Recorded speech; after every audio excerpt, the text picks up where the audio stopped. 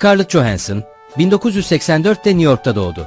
Babası Karsten Johansson, aslen Kopenhaglı Danimarka doğumlu bir mimardı ve baba tarafından büyük babası Enir Johansson, senarist ve yönetmendi. Yapımcı olan annesi Melanie Sloan, Bronx'lu Polonya ve Minsk'ten gelen Yahudi göçmenlerindendi. Scarlett Johansson, az paralı bir evde ve sinema tutkunu bir anneyle büyüdü. Annesi onu seçmelere götürmeye başladıktan sonra, çocukluğunda oyunculuğa başladı. Reklam seçmelerine katılacaktı ancak reddedilmeye o kadar çok usanmıştı ki annesi onu film seçmeleriyle sınırlamaya başladı. Sinemaya ilk çıkışını 9 yaşındayken 1994 yapımı fantastik komedi North'ta John Ritter'ın kızı rolüyle yaptı. 1995 yapımı Gizli Gerçek filminde Sean Connery ve Kate Capshaw'ın kızını canlandırdı. 1997'de Fal ve Evde Tek Başına 3'te küçük rollerde oynadıktan sonra Johansson, 1998'de Robert Redford'un yönettiği Atlara Fısıldayan Adam filmindeki performansıyla büyük ilgi topladı. Scarlett Johansson daha sonra Christopher Nolan'ın gerilim filmi Prestige'de yine Hugh Jackman ve Christian Bale'le birlikte yardımcı bir rol üstlendi. Nolan, onun bu rolü oynamak için çok istekli olduğunu söyledi. Bir zamanlar Ryan Reynolds'la evliydi. Çift, 2 yıl evlilikten sonra 2010 yılında evliliklerini sonlandırdılar. Annesi Melanie Sloan 2009 yılına kadar onun menajeriydi ama ünlü yıldız tarafından işine son verildi. Peynire tuhaf bir takıntısı var. Bu konuyla ilgili şu demeci vermiştir: "Hayır, peyniri severim. Yemem ama severim."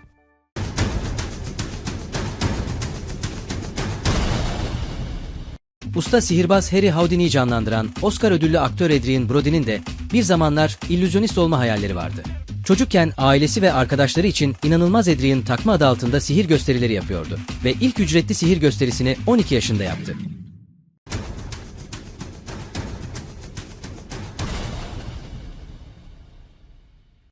John Travolta, 1954'te Amerika Birleşik Devletleri'nin New Jersey şehrinde doğdu.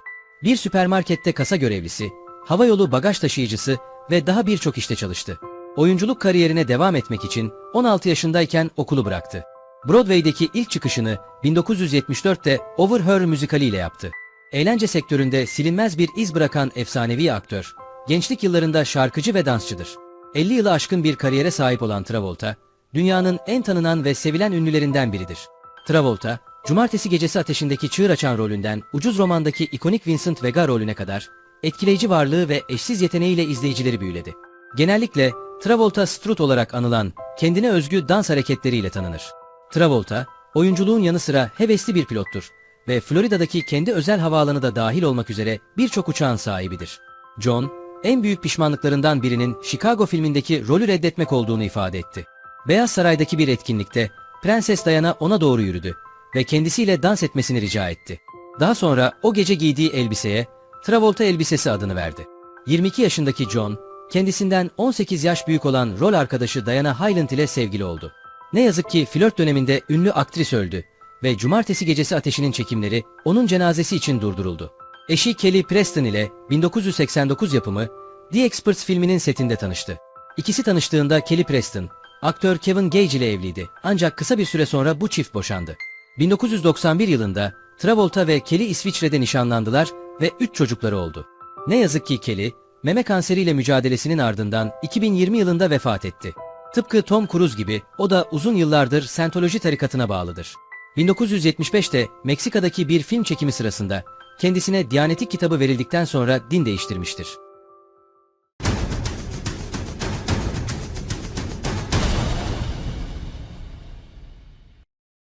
Bir filmde veya dizide oynadığı her rolün hakkını fazlasıyla veren Elizabeth Olsen, Kaliforniya'da doğdu ve büyüdü. Oyunculuğa başladığında henüz 4 yaşındaydı. Ancak resmi oyunculuk başlangıcını Paranoia adlı filmle yaptı. Bu onun bir uzun metrajlı filmdeki ilk rolüydü ve doğal olarak olağanüstü bir performans sergileyerek izleyicilerden ve eleştirmenlerden tam puan aldı. Ayrıca bu filmle en iyi kadın oyuncu kategorisinde eleştirmenlerin seçimi ödülüne aday gösterildi. MCU'da Scarlet Witch olarak da bilinen Wanda Maximoff rolüne alındıktan sonra çığır açan çıkışını Yenilmezler 2'de oynadığı rolle elde etti ve o zamandan beri izleyicilerin beğenisini tekrar kazanmaya devam etti. Eskiden Rusya'da yaşıyordu ve kendisi bir tanrı olduğuna inanmıyor. Bulunduğu ortamın herhangi bir köşesinde bir örümcek ağ görmesi, onun orayı terk etmesi için yeterli bir sebep.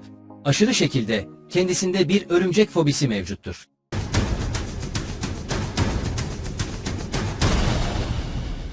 Chris Pratt, yerel bir karides restoranında garson olarak çalışırken Miami'de bir minibüste yaşıyordu. Bir keresinde çalıştığı yere müşteri olarak gelen aktris Ray Dong-chong'un masasına yaklaştı ve aralarında geçen kısa süreli bir sohbet sonrası Chan, Chris'i hiç yayınlanmayan Cursed Part 3 adlı filmde oynatmaya karar verdi. Ve Pratt, hayattaki hedefini bu konuşma sonrası bulmuştu. Chris Pratt, 2018'de aktris olan eşi Anna Faris'ten boşanarak, Haziran 2019'da ünlü aktör Arnold Schwarzenegger'in kızı Catherine Schwarzenegger'le evlenmiş ve dolayısıyla Arnold Schwarzenegger'in damadı olmuştur. Mutlu çiftin 2020 yılında Layla Maria Schwarzenegger Pratt adını verdikleri bir kızları olmuştur. Arnold Schwarzenegger bir demecinde damadı için şunları söylemiştir. Kızım bir aktörle evlendi. Chris harika bir adam ve gerçekten anlaşması kolay ve bu yüzden gerçekten mutluyum. Çünkü kendisi kızıma harika bir koca. Bizim için de harika bir damat oldu.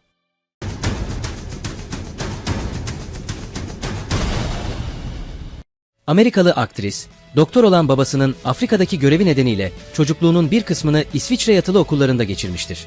Üniversite yıllarında drama ve antropoloji bölümünden mezun olmuş ve bir tiyatro grubuna katılmıştır. Orada Meryl Streep ile yakın arkadaş olmuş ve hayatı olumlu yönde tamamıyla değişmiştir. Yıllar sonra verdiği bir röportajda çocukluğunda babası tarafından bir tarikata katılmaya zorlandığını, 7 yaşındayken ebeveynleri 15 yıl boyunca dahil oldukları bir hareket olan emareye yani açılımı ahlaki yeniden silahlanmaya katıldığını, o zamandan beri emareyin ne giydiğinden ne söyleyeceğine kadar hayatının her yönünü belirlediğini söylemiştir.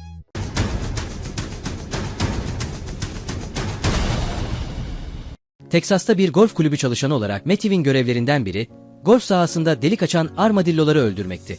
Armadillo nedir diye merak edenleriniz için ve genel kültürünüze katkıda bulunmak amacıyla değerli takipçilerimize ek bir bilgi verelim. Armadillo, toprağı bir köpekten daha hızlı kazabilen salyangoz ve kertenkele benzeri bir hayvan türüdür.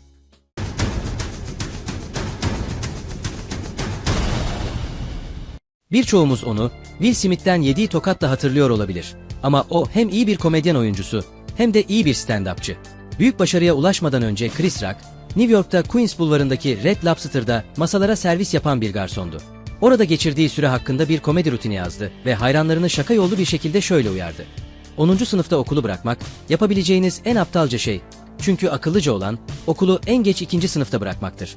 Çünkü 2. sınıfta da bıraksanız, 10. sınıfta da çalışmaya hak kazanacağınız işle aynı işte çalışıyor olacaksınız. Tamamıyla aynı işte.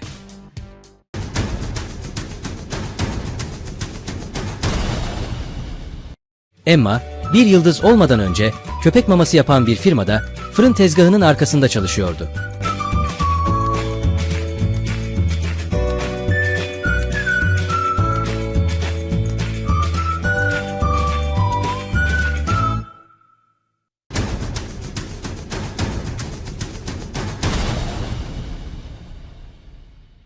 Teksas doğumlu Woody Harrelson'ın babası bir suikastçıydı.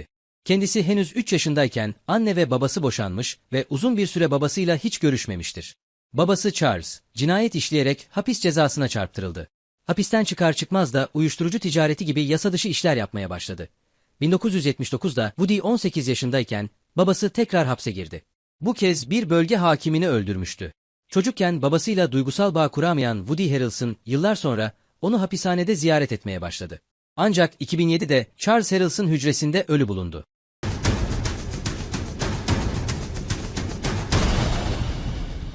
Orlando Bloom, meşhur olmadan önce bir atış poligonunda çalışıyordu. Hedef olarak kullanılan kil güvercinlerin poligona bırakılmasından sorumluydu.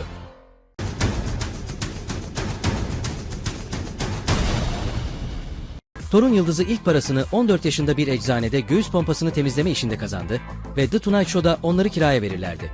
Makineler geri gelirdi ve ben de bir diş fırçası, biraz sprey ve mendil alırdım. Saatlerce o makineleri temizlerdim dedi.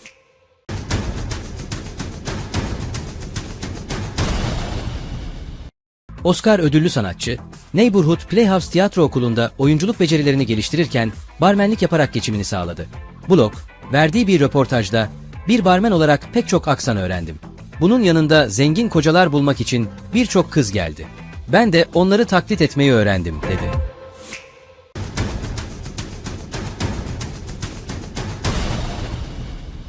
Denzel Washington, akademi ödüllü filmlerde rol almadan önce bir berber dükkanında çalışıyordu. İlk oyunculuk derslerini çalıştığı dükkanın sahibinden aldığını söyleyen Denzel Washington, ünlü televizyon sunucusu Oprah Winfrey'e, "Çünkü en iyi yalancılar berber dükkanındadır," dedi.